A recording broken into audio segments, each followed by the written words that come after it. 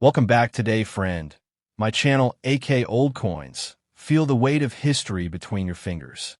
That small copper disc isn't just pocket change. It's a relic from 1945, a year when the world held its breath. That penny in your palm once knew scarcity, economy shifting, and Canada's quiet resolve after the war. Its reddish glow recalls resourcefulness. Its mint marks whisper stories of mints at capacity. Its scratches and toning map decades of everyday commerce.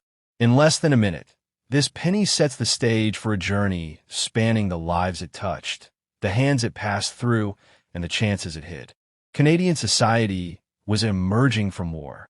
Soldiers returned home. Factories repurposed for civilian needs. Currency demanded stability, yet metals were still allocated cautiously.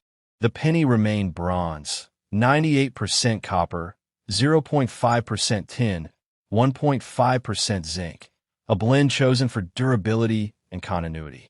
It wasn't a wartime substitution like other nations, but a testament to the mint's craftsmanship under constraint.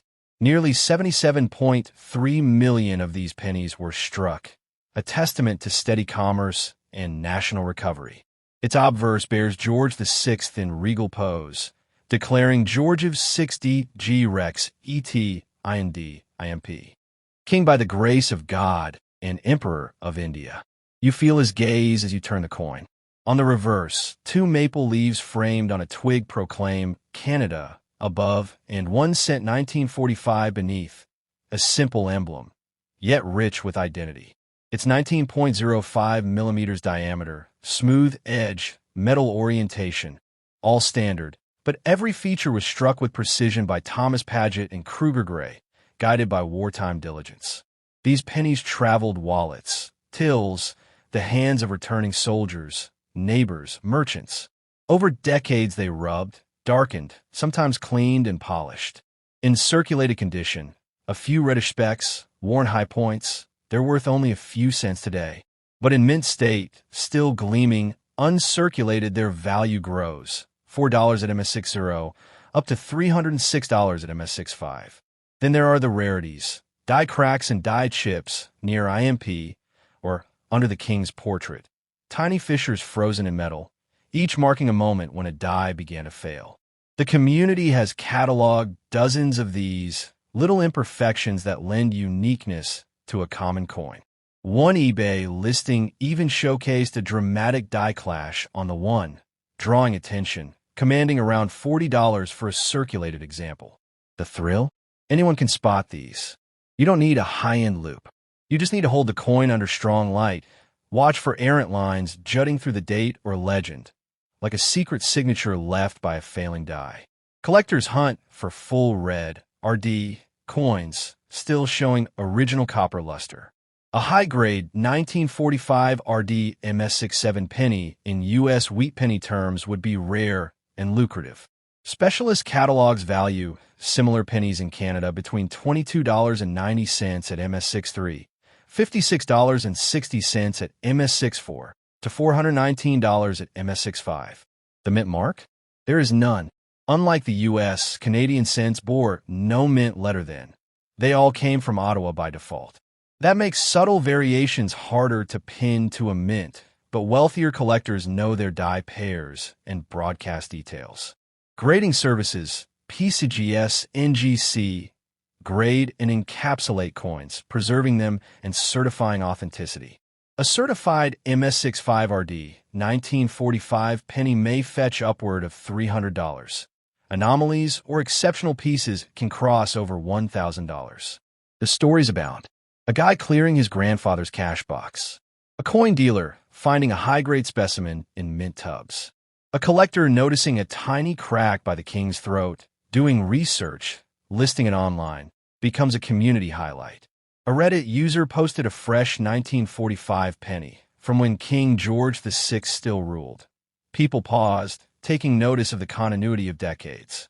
Preserving these pennies demands care.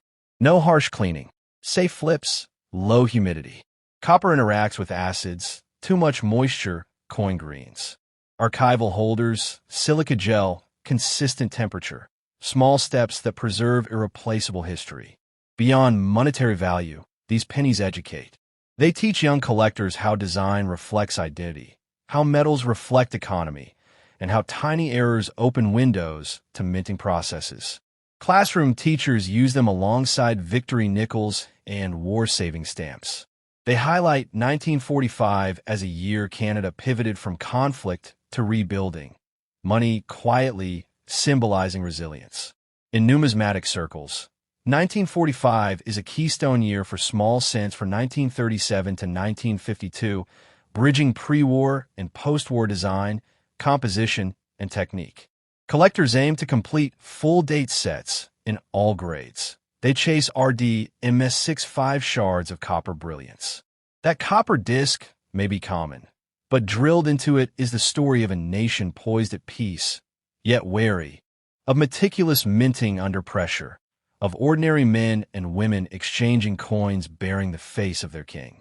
In your hand is a moment of quiet history, the echo of presses in Ottawa, the signature of an engraver long gone, the journey through countless pockets. If you're a collector, seek out the ones with red toning, strong strike, clean fields. Look for anomalies, chips at the rim, die cracks in IMP or Georgiev's. Turn them under light. Ask for certification if you suspect MS64 or higher. Know that a graded piece with a certified die crack can mean hundreds of dollars more than its neighbor. Your 1945 cent might have spent 7 decades as common currency.